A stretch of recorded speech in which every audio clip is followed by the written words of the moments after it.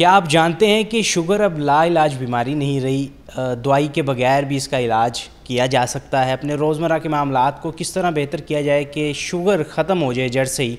इसके क्या नुकसानात होते हैं और अर्ली सिम्टम्स क्या होती हैं, कैसे पता चलता है कि आपको शुगर है या नहीं है। आज सारी तफसीलात इस वीडियो में जानेंगे। मेरा नाम तलहा अशरफ है और आज मेरे साथ डॉक्टर मोहम्मद मकसूद मौजूद हैं जो कि फ़िज़िशियन कंसल्टेंट भी हैं। उनसे मुकम्मल इस बारे में तफसीलात जानते हैं। सर बताइएगा कि शुगर का मर्ज़ है क्या, होती किसको है ये? जी बिल्कुल, शुगर जो है ना एक मेटाबॉलिक डिसऑर्डर है जिसमें शुगर का जो मेटाबॉलिज्म है वो डिस्टर्ब हो जाता है। तो शुगर जब हम खाना खाते हैं तो ब्लड में शुगर जाती है। जब शुगर एक ज़्यादा रेंज से ऊपर जाना शुरू होती है तो उसको जो है ना वो यूटिलाइजेशन बॉडी करती है इंसुलिन रिलीज़ करने के बाद। तो ये ख़ास लिमिट से ऊपर नहीं जाती शुगर नॉर्मल पॉपुलेशन में। लेकिन जब ये मेटाबॉलिज्म डिस्टर्ब हो जाता है तो उसकी वजह से शुगर ब्लड के अंदर खाली पेट 126 से ज़्यादा होना शुरू हो जाती है और खाने के 2 घंटे के बाद 200 से ज़्यादा होना शुरू हो जाती है। तो इसको हम शुगर कहते हैं। अच्छा सर बताइएगा कि तसव्वुर ये किया जाता है कि शुगर एक लाइलाज बीमारी है जिसका इलाज मुमकिन ही नहीं है, तो क्या इसका इलाज मुमकिन है, ख़त्म हो सकती है किसी को? जी बिल्कुल, जो है ना वो बिल्कुल यही समझा जाता है कि शुगर जिसको एक दफ़ा हो जाती है तो वो उसको सारी ज़िंदगी फ़ेस करनी पड़ती है।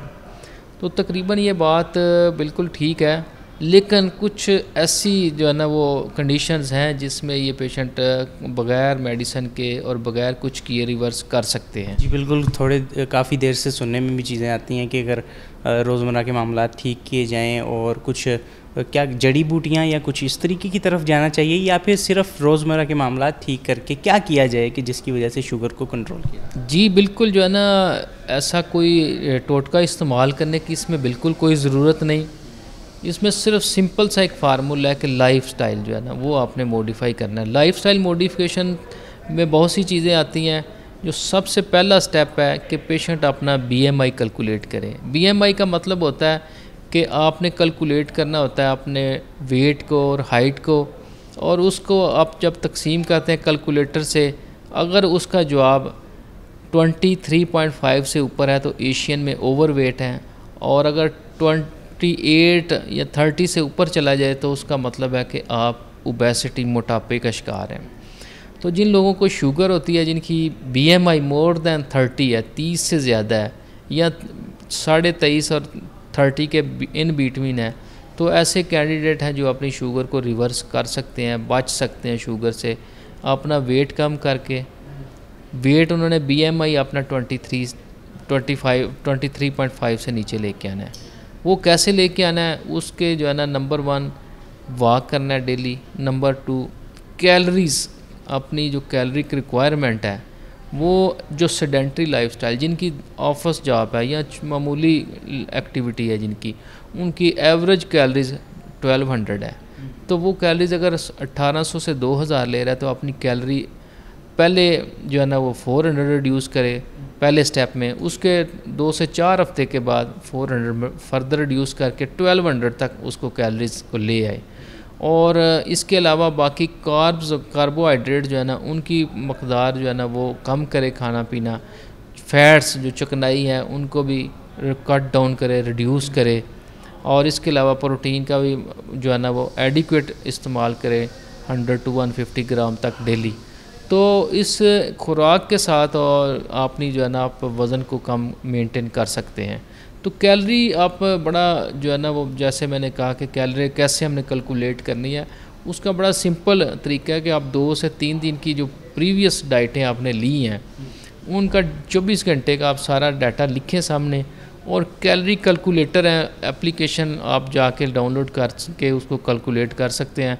उसमें जैसे आपने 24 घंटे में 1 रोटी खाई है, 1 अंडा खाया, 1 चाय पी है नाश्ते में, तो ये तकरीबन 350 कैलोरीज बनती है। फिर आपने लंच किया है तो उसमें 1 प्लेट चावलों की खाई है, 1 गोश्त बोटी खाई है, इसके अलावा 1 आपने जो है ना वो कोक पी लिया है, तो ये तकरीबन 600-650 कैलोरीज बनती है, तो 900 होगी। इसी तरह आपने 1 बिस्कुट खाया तो वो भी 40 से 60 कैलोरीज है। 1 खजूर खाई है बड़े, उसकी भी 90 से 100 कैलोरीज होती है। तो इसी तरह जो भी चीज़ें आपने खाई हैं वो सारी कैलकुलेटर में डालेंगे तो वो आपको एट द एंड बता देगा कि आपने जो एवरेज हमने देखा है लोग 200 कैलोरीज़ ले रहे हैं जिनकी रिक्वायरमेंट 1200 है। तो ये तमाम कैलोरीज़ जो है ना वो फ़ैट की शक्ल में लिवर में डिपॉजिट होती हैं, लिवर से मेटाबॉलिज्म होके वो फिर आस्ता आस्ता जो है ना वो फ़ैट्स की शक्ल में विसरा अब्डामन उसके इर्द गिर्द फ़ैट की शक्ल में इकट्ठी हो जाती हैं जो फर्दर ओबेसिटी करती हैं, और उस ओबेसिटी की वजह से फर्दन फिर जो है ना वो इंसुलिन की रेजिस्टेंस होती है। जब इंसुलिन की रेजिस्टेंस होती है तो उसकी वजह से शुगर जो हमारे जिस्म में उसकी मकदार बढ़ना शुरू हो जाती है। इंसुलिन लबलबा फिर ज़्यादा पैदा करता है उस मकदार को पूरा करने के लिए, तो आस्ता आस्ता लबलबा जो है ना वो ज़्यादा इंसुलिन प्रोडक्शन की वजह से एग्जॉस्ट हो जाता है, तो उससे फिर शुगर आस्ता आस्ता मज़ीद ख़राब होना शुरू होती है। फिर मरीज़ को दवाइयों की ज़रूरत पड़ती है। फिर बाज़ दफ़ा अगर बिल्कुल जो है ना वो पेशेंट का वेट वैसे ही बढ़ता रहे और इंसुलिन रेजिस्टेंस बढ़ती रहे, पेशेंट की वज़न बढ़ता रहे, तो फिर उसको इंसुलिन की भी ज़रूरत पड़ती है, क्योंकि इंसुलिन अब लबलबा एग्जॉस्ट हो गया, वो बीटा सेल प्रोड्यूस नहीं कर रहे। अच्छा सर, मुझे बताइएगा कि जिनको शुगर हो गई है तो वो कैसे उसको टैकल करें, ये सारी चीज़ें देख के मतलब कि कई बार एक ट्रॉमा बन जाता है, उनको कहा जाता है अब शुगर हो गई है, अब तो ज़िंदगी ख़त्म है, कुछ इस तरह से। तो क्या उनको क्या आप कहेंगे? जी बिल्कुल, ऐसी बिल्कुल कोई मायूसी वाली बात इसमें नहीं है। शुगर जिसको हो गई है तो बड़े अच्छे तरीके से हम जो है ना उसको बग़ैर मेडिसिन के इनिशियल स्टेजेस में 3 से 5 साल तो आराम से पेशेंट कंट्रोल कर सकता है, सिर्फ लाइफस्टाइल मॉडिफाई करने से। लाइफस्टाइल में जो सबसे इम्पॉर्टेंट चीज़ है वो वॉक है, आधा घंटा डेली, आधा घंटा वॉक करे। और इसके अलावा अपनी डाइटरी रिक्वायरमेंट जो बेकरी की ख़ास तौर पे चीज़ें हैं, जैसे जो है वो बिस्कुट हैं, बर्फ़ी, मठियाई, रसगुल्ले, ये बोतलें हैं, इसके अलावा जो चीनी की बनी हुई तमाम चीज़ें हैं, सिंथेटिक चीज़ें हैं, गुड़ है, शक्कर, जाम, जेली, शहद, गंडेरियाँ, गन्ने, कस्टर्ड वगैरह, ये सब चीज़ें बंद कर दे तो उससे इंशाल्लाह उसको जो भी आर्टिफिशियल शुगर क्रिएट करें। अच्छा सर बताइएगा, कुछ लोग डाइट के चक्कर में कमज़ोर भी हो जाते हैं, तो ये बताइएगा कि अगर वो कम खाएं तो अपनी जो उनकी प्रोटीन है या उनके जो विटामिन्स हैं और जो मिनरल्स हैं जो उन्हें एसेंशियल चाहिए, सादा ज़ुबान में बता दें वो क्या क्या चीज़ दिन में खा लें तो उनकी वो चीज़ें पूरी हो जाएंगी। हाँ बिल्कुल, ये आपने बड़ा अच्छा सवाल किया कि ज़ाहिर है कैलोरिक रिस्ट्रिक्शन में कुछ चीज़ें जो है ना वो पेशेंट न्यूट्रिशनल डेफिशिएंसी आने के चांसेस हो सकते हैं, बिल्कुल होते हैं, और कई मरीज़ आते हैं हमारे पास।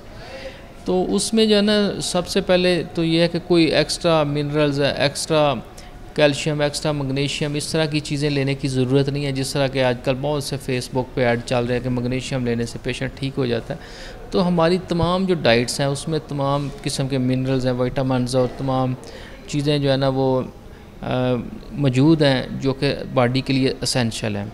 जैसे कि हम सुबह नाश्ता करते हैं तो एग लेते हैं, उसके अंदर बहुत सी कैल्शियम है, उस प्रोटीन है और भी बहुत से मिनरल्स हैं, और साथ हम ब्रेड लेते हैं तो उसमें भी हमें एडिक्वेट जो है ना वो मिल जाते हैं, अमाइनो एसिड वगैरह, मल्टीविटामिन्स मौजूद होते हैं। इसके बाद हम फ्रूट्स लेते हैं, जैसे आजकल अमरूद हैं, सेब हैं, आड़ू है, गरमा है, ये सारी चीज़ें, ये भी इनके अंदर भी बहुत से जो एंटीऑक्सीडेंट हैं और बहुत से जो है ना मिनरल मौजूद होते हैं जो कि बॉडी के लिए ज़रूरी हैं। इसके अलावा हम डेली पेशेंट को कहते हैं प्रोटीन लेने से भी उसकी बहुत सी जो है ना वो न्यूट्रिशनल डेफिशिएंसी जो है ना वो दूर हो जाएंगी। इसके अलावा भी अगर कोई पेशेंट जो है ना उसको हम जो है ना वो अखरोट हैं, बादाम है, इससे लेने से कैल्शियम, मैग्नीशियम और ट्रेस एलिमेंट, जिंक, वो सारे इसमें मौजूद होते हैं। 5 से 7 दाने बादाम के डेली ले सकते हैं, 2 से 3 अखरोट की गिरियाँ खा सकता है, उससे भी उसकी तमाम जो है ना वो डेफिशिएंसीज पूरी हो जाएंगी मल्टीविटामिन्स की। तो ये तमाम चीज़ें, अगर फिर भी कुछ ऐसे पेशेंट हैं जैसे वो कुछ चीज़ें नहीं ले सकते तो उनको हम कोई भी अच्छा सा मल्टीविटामिन दे सकते हैं, लेकिन कोई स्पेसिफिकली कोई कैल्शियम या इस तरह का मैग्नीशियम या इस तरह का देने की ज़रूरत नहीं है। सर मुझे बताइएगा कि अर्ली सिम्टम्स क्या होती हैं, अगर किसी को शुगर होने जा रही है तो वो आपकी बॉडी में क्या चेंज दिखाती है जिसकी वजह से एक नए बंदे को जिसको शुगर नहीं है उसे पता चल सके कि मुझे शुगर होने जा रही है? जी बिल्कुल, इसमें बाज़ मरीज़ तो बिल्कुल बग़ैर सिम्टम के प्रेजेंट कर जाते हैं। दूसरा, इसकी जो कॉमन सिम्टम है उसमें वज़न का कम होना है बग़ैर किसी वजह के। दूसरा जो है ना, रात को यूरिन का बार बार आना है या सुबह को बार बार यूरिन का आना है, मुंह का खुशक होना है। इसके अलावा जिस्म पे फोड़े फिंसियाँ बनने के अमल जो है ना वो बहुत ज़्यादा अगर हो रहा है, ज़ख़म बन रहे हैं, ज़ख़म बार बार ठीक नहीं हो रहे या लंबा अरसा ले रहे हैं ठीक होने में। इसके अलावा जो है ना यूरिन की इन्फेक्शन हो गई है या पेशेंट को जो है ना वो बार बार कोई स्किन की इन्फेक्शन हो रही हैं, अंगूठों पे इन्फेक्शन हो रही है बार बार, तो ये जिसकी जो है ना वो कॉमन। या बाद मरीज़ बीपी तेज़ होता है तो हमारे पास आते हैं बीपी तेज़ है, जब हम चेक करते हैं तो शुगर भी तेज़ होती है उनकी। तो ये इनकी जो है ना वो कॉमन सिम्टम्स हैं। अच्छा सर, मुझे बताइएगा शुगर की वजह से अगर कंट्रोल ना की जाए तो क्या क्या फेस करना पड़ सकता है? जी बिल्कुल, शुगर जो है ना कंट्रोल करना क्यों ज़रूरी है? इतनी बातें हम जो शुगर के बारे में क्यों कर रहे हैं, इतनी परेशानी क्यों है, इतना ज़्यादा क्यों मीडिया पे इसकी हाइप है, एजुकेशन की बात करते हैं, ट्रीटमेंट की बात करते हैं, इतना महंगा सारा कुछ करने का क्या मकसद है? तो इसके पीछे मकसद हमारा ये है कि अगर ब्लड शुगर जो है ना वो अब नॉर्मल रहेगी कॉन्टीन्यूसली, यानी मोस्ट ऑफ द टाइम उसकी शुगर 200 से ज़्यादा रह रही है, तो उसकी वजह से उसकी ब्लड वेसल्स के अंदर जो शरीयाने हैं उनकी एंडोथेलियम डैमेज होना शुरू हो जाती है। उस एंडोथेलियम को डैमेज होने की वजह से जो आर्गन होते हैं हमारे वो मुतासर होते हैं, जिसमें से दो तरह के आर्गन होते हैं। ऐसे आर्गन हैं कि जो छोटी शरीयानें होती हैं और कुछ ऐसे हैं जिन्हें जो बड़ी शरीयानें होती हैं। छोटी शरीयानों वाले जो है ना उनमें आँखें शामिल हैं, आँखों का डैमेज, गुर्दे शामिल हैं, गुर्दे डैमेज होना शुरू हो जाते हैं। और इसके अलावा जो असाब हैं, न्यूरॉन्स हैं हमारे, वो बात मुतासर होना शुरू हो जाते हैं। न्यूरो पे हाथ पाँव जलना शुरू हो जाते हैं, पाँव सुन्न होना शुरू हो जाते हैं, फिर पाँव में ज़ख़म बनना शुरू हो जाते हैं। तो ये इसके अलावा बड़ी जो शरीयानें हैं वो भी मुतासर होती हैं, वो पहले भी हो सकती हैं, बाद में भी हो सकती हैं। उसमें दिमाग की शरीयानें बंद होने से फालज, एक साइड की कमज़ोरी हो जाती है, दिल के अटैक हो सकते हैं। इसके अलावा बड़ी जो शरीयानें हैं हमारी टांगों की, पेरिफेरल आर्टीरियल लंग डिज़ीज़ जो है वो हो जाती है, जिसकी वजह से मरीज़ को जो है ना वो चलने फिरने में मुश्किल पेश आती है, टांगें ठंडी रहना शुरू हो जाती हैं और थोड़ा सा चलने से टांग में शदीद दर्द होती है। आस्ता आस्ता फिर जो है ना वो आराम करने की सूरत में भी, बैठने की सूरत में भी दर्द शुरू हो जाती है। अच्छा सर, अगर शुगर कंट्रोल किया जाता है तो इन चीज़ों से बच सकते हैं, सारी चीज़ों से? जी बिल्कुल। आप क्योंकि शुगर कंट्रोल करने के बाद हमारा 60 to 70% रिस्क ऑफ ये तमाम कॉम्प्लिकेशन रिड्यूस हो जाता है अगर हम कम कर दें तो इसका सिग्निफिकेंट इम्पैक्ट है बॉडी पे शुगर कंट्रोल करने के बाद। ठीक है सर, लास्ट पे मुझे बताइएगा कोई केस आपके पास आया हो जो मतलब उसे शुगर हो लेकिन उसके बाद वो बिल्कुल ठीक हो गया हो शुगर के बाद, कोई ये इंटरेस्टिंग केस या कोई इससे? बहुत से मरीज़ ऐसे आते हैं जिनको शुरू में शुगर होती है, वो वेट रिड्यूस करते हैं तो HbA1c उनकी 10 तक गई होती है, तो जब बाद में हम कराते हैं तो 4.5 पौने 5 तक आ जाती है। लेकिन उसके पीछे उनकी लगन होती है, मेहनत होती है और लाइफस्टाइल मॉडिफिकेशन होती है। वज़न जो है ना वो सिग्निफिकेंट जो उसका आइडियल वेट है वो अचीव करते हैं, तो फिर जाके जो है ना वो शुगर रिवर्स हो जाती है। अब बग़ैर दवाई के, बग़ैर कोई टोटका इस्तेमाल करने के बहुत से पेशेंट ऐसे मौजूद हैं जिनका जो है ना वो शुगर भी ठीक हो जाता है, मेडिसिन की भी ज़रूरत नहीं पड़ती, लेकिन लाइफस्टाइल वो मॉडिफाई करने से कर लेते हैं मैनेज। लाइफस्टाइल को बेहतर करना पड़ेगा। बिल्कुल, आपने आज पूरी वीडियो में तफसील जानी कि आपको अगर शुगर होने जा रही है तो क्या जो अर्ली सिम्टम्स हैं तो वो क्या होंगी, अगर शुगर हो गई है तो उसको टैकल कैसे करना है आपने, बग़ैर दवाई के इलाज कैसे किया जाएगा, अपनी डेली रूटीन को कैसे बेहतर किया जाएगा ताकि जो शुगर है उससे बचा जा सके, और ये भी जाना कि अगर शुगर हो जाती है और आप कंट्रोल नहीं करते तो क्या क्या नताइज देखने को मिल सकते हैं। अपने मेज़बान तलहा अशरफ को इजाज़त दें। अल्लाह हाफ़िज़।